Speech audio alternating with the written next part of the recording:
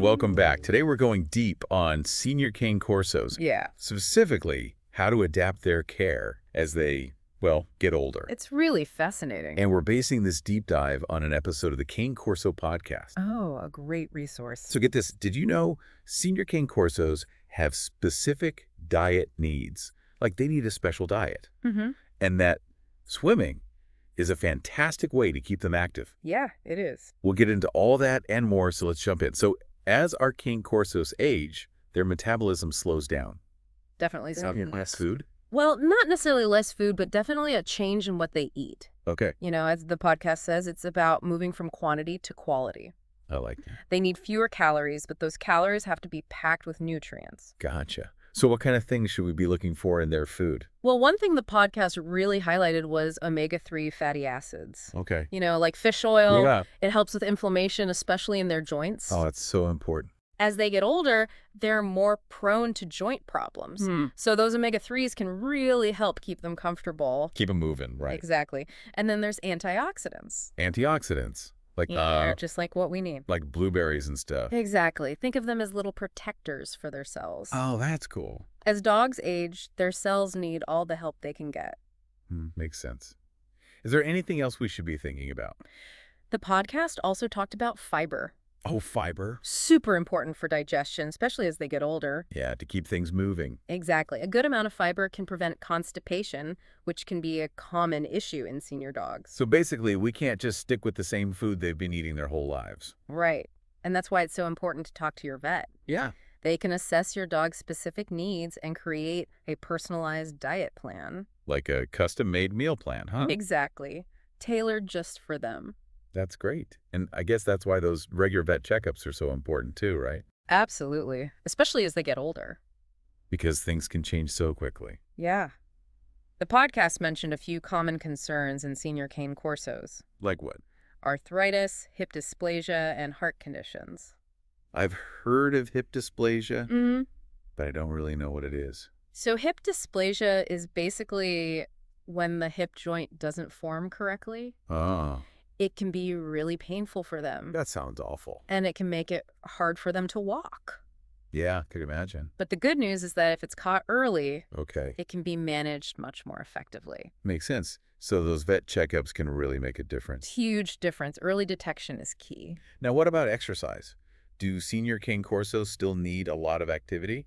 They do, but it needs to be adjusted for their age. Right. They can't be running marathons anymore. No, marathon training, but they still need to stay active. Okay, so what kind of exercise is best? Well, the podcast recommended leash walks Okay. and swimming. Swimming. Yeah, it's great for them. I never would have thought of that. It's low impact, so it's easy on their joints. And it works their whole body. Exactly. It's perfect for senior dogs. That's so cool. So it's really about adapting their exercise routine, just like their diet. Exactly. It's all about finding what works for them at this stage of their life.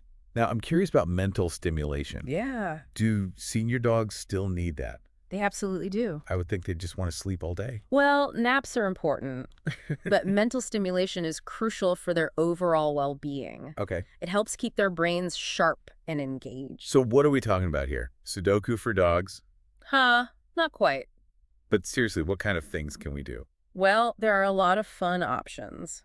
Like what? The podcast talked about interactive toys.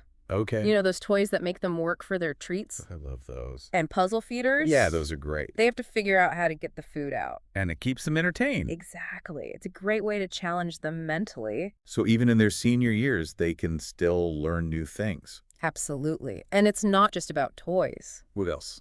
Gentle training sessions can be really beneficial. Oh, interesting. You know, teaching them new tricks or practicing old ones Yeah. helps keep their minds sharp. I love that. So it's really about treating them like they're still young at heart, In a way, yeah. just with a little more gray on the muzzle. Exactly. They might need to take things a little slower, Right. but they're still capable of learning and having fun. That's so great to hear.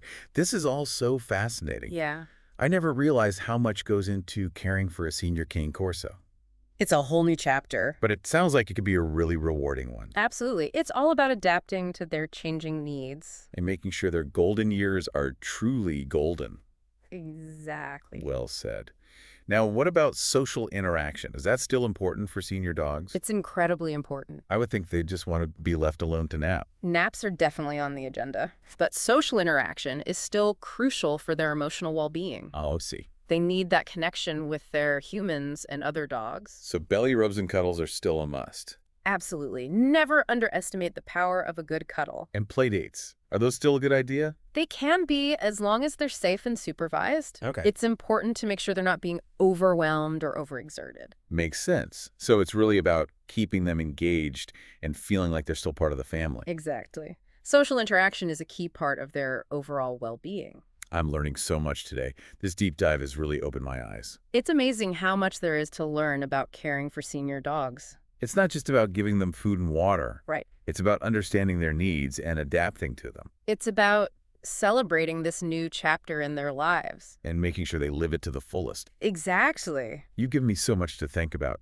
I'm eager to hear more about how to create that enriching environment for my senior Cane Corso. We'll definitely delve deeper into that. Right. We'll be back with more practical tips and insights on how to make those golden years truly golden. Awesome. I can't wait. Welcome back, everyone. We were just talking about how important social interaction is for senior Cane Corsos. Yeah, even as they get older, they still need that connection. Absolutely. And the Cane Corso podcast brought up another really interesting point. Mm-hmm. Routine. Why is routine so important for senior dogs? Well, as they age, Yeah. they might experience some changes, both physically and mentally, No, that's true. and their world might feel a little less predictable. I guess so. Like, things aren't as stable as they used to be. Right, and in those moments, a consistent routine can provide a sense of security. Oh, okay. It's like having a familiar roadmap in a world that might feel a bit unfamiliar at times. So are we talking about a strict schedule, like feeding them at exactly 7:00 a.m. every day? Not necessarily a rigid timetable, but a consistent flow to their day. Okay. Predictable times for meals, walks, playtime, Gotcha. even bedtime. Oh, that makes sense. It signals to them that everything is okay. Their needs are being met, and their humans are there for them. It's kind of like how we humans like to have our routines too, right? Absolutely. We thrive on predictability just as much as they do. And just like with everything else, we can tailor that routine to their specific needs. Exactly. There's no one-size-fits-all approach. So if my Cane Corso is starting to slow down on walks, Yeah. maybe we do shorter walks. Right. Or more frequent breaks. Or maybe even switch to swimming, like we talked about earlier. Exactly. The key is to be observant Yeah. and responsive to their individual needs. I guess it's like they're going through a second puppyhood, In a way, yes. but with a lot more wisdom. And a lot more gray hair. Exactly. Now, besides routine, is there anything else we can do to help them adjust to these changes?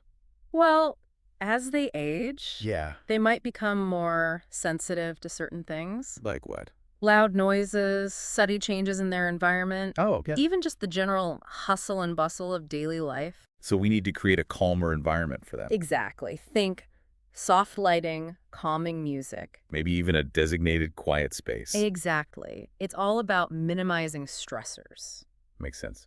And what about patience? Is that important? It's crucial. Their cognitive functions might be slowing down a bit. Right. So they might need a little extra time to adjust to new things. Oh, it's a good point. So it's like those early puppy days, just with a little more, patience required. Exactly. And just like with puppies, positive reinforcement is key. Yeah, celebrate those small victories. Absolutely. Shower them with love and affection. It makes a world of difference. It really does. And it brings us back to a really important question. What can you do as a Cane Corso owner to help your senior dog thrive? It's like taking all this information and putting it into practice, creating a personalized care plan for our furry friends. Exactly. And remember, every dog ages differently. That's true. Some Cane Corsos might stay active for a long time, while others might slow down sooner. So we need to pay attention to those individual cues. Absolutely. It's a constant journey of learning and adapting. Like any loving relationship, right? Exactly. And there are so many resources available to help you on that journey. Like what? Your veterinarian, trainers, online communities, Okay. and of course, podcasts like the one we're discussing today. It's like having a whole team of experts in your corner. It really is. Now, the podcast also had some great suggestions for creating an enriching environment. Oh, I'm excited to hear about those. They talked about going beyond the basics and really tapping into your dog's individual personality. I like that. It's not always about grand gestures or expensive toys. Sometimes it's the simple things, right? Exactly. The little things can make a world of difference. I can't wait to hear more about those.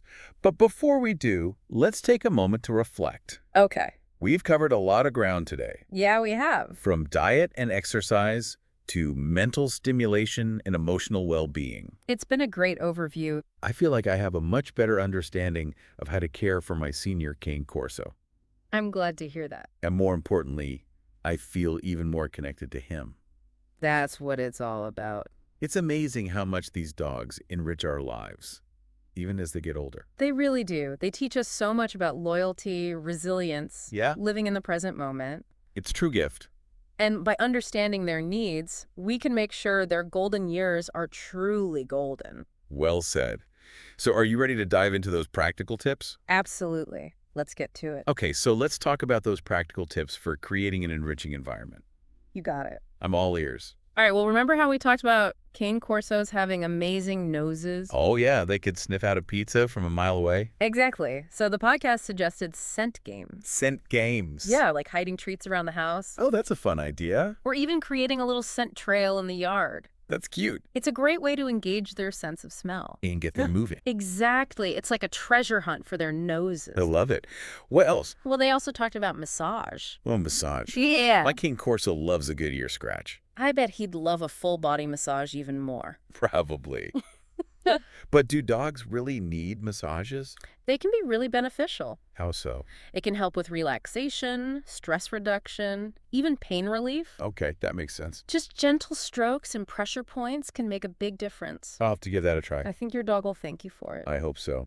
Any other tips? They also mention aromatherapy. Aromatherapy. For dogs? Yeah. I didn't know dogs like that. Well, certain scents can be very calming for them.